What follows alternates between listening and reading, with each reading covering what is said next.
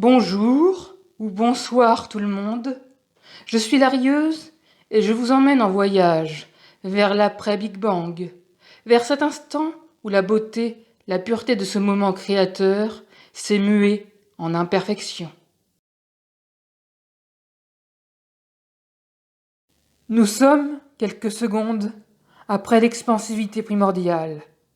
L'univers est désormais constitué de particules élémentaires, comme les fermions, les gluons et surtout les bosons de Higgs. Ces particules élémentaires vont constituer en se combinant et se recombinant les quarks, puis les protons, les électrons, les neutrons, les positrons, en bref, la base de la matière. Nous sommes à une étape de la création appelée la baryonisation, étudiée dans les accélérateurs de particules. Et l'univers continue à s'étendre, à se complexifier, à se refroidir, même si nous sommes encore à 1000 milliards de degrés. Mais ce n'est encore qu'un bébé sans forme véritable, venant à peine de sortir du ventre de sa mère, encore tellement fragile, et il n'a pas poussé encore son cri. Alors qu'un événement se prépare qui pourrait mettre en danger ce bambin si fragile. Un événement sans aucune mesure avec ce qui est arrivé jusqu'à présent. La première imperfection va rentrer en jeu. Nous sommes à la veille d'une tempête. Le champ de bataille se dessine à l'horizon. La première guerre que l'univers ne connaîtra jamais va avoir lieu entre deux puissances quasi divines. Entre la matière et son exact opposé, l'antimatière. Créés aux premiers instants, ces deux types de matière sont des antagonistes naturels. La matière est constituée de protons positifs et d'électrons chargés négativement. L'antimatière d'antiprotons négatifs et de positrons, appelés aussi anti-électrons. Les deux, en se touchant, au moindre contact, s'annihilent mutuellement. Dans un éclat énergétique, une explosion à la fois créatrice et destructrice. L'univers est en danger. Le bébé peut mourir à chaque instant. Si ces deux types de matière sont à égalité, il ne pourra exister. Le bébé mourra à peine sorti du ventre de sa mère. Et la guerre a eu lieu.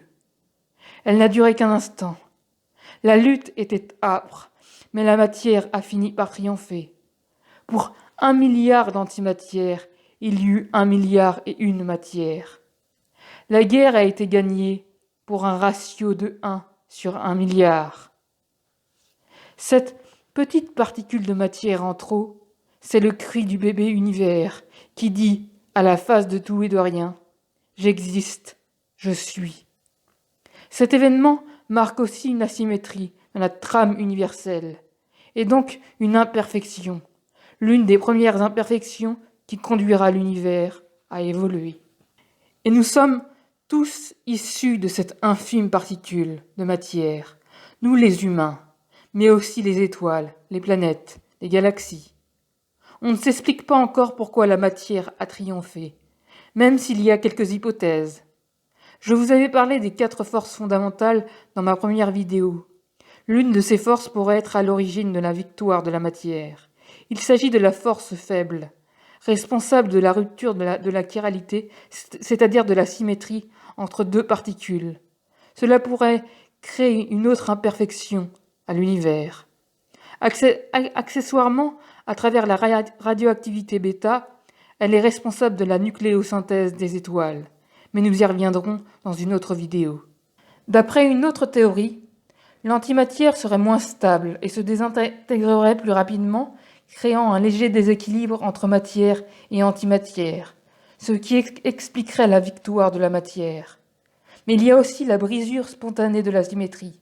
Le système est instable car il ne peut pas rester indéfiniment dans cet état d'équilibre, parce que le monde est constitué de fluctuations quantiques, stochastiques, qui apparaissent par hasard, un peu partout.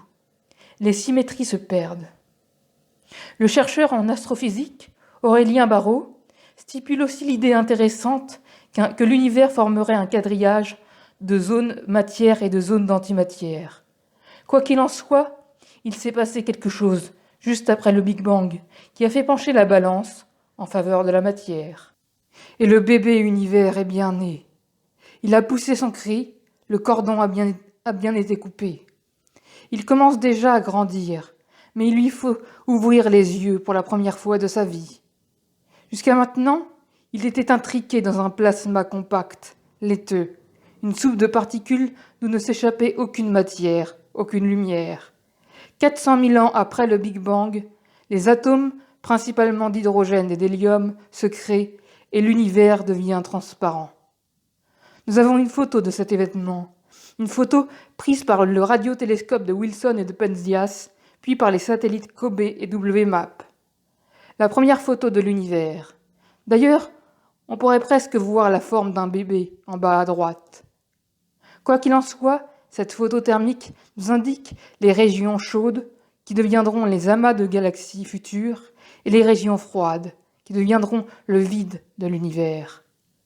Cela marque en quelque sorte une autre imperfection, une imperfection thermique dans la trame universelle, alors que l'on pouvait s'attendre à une homogénéité de l'univers, nous avons plutôt là affaire à des grumeaux thermiques. Alors pourquoi ne pas se rendre à l'évidence?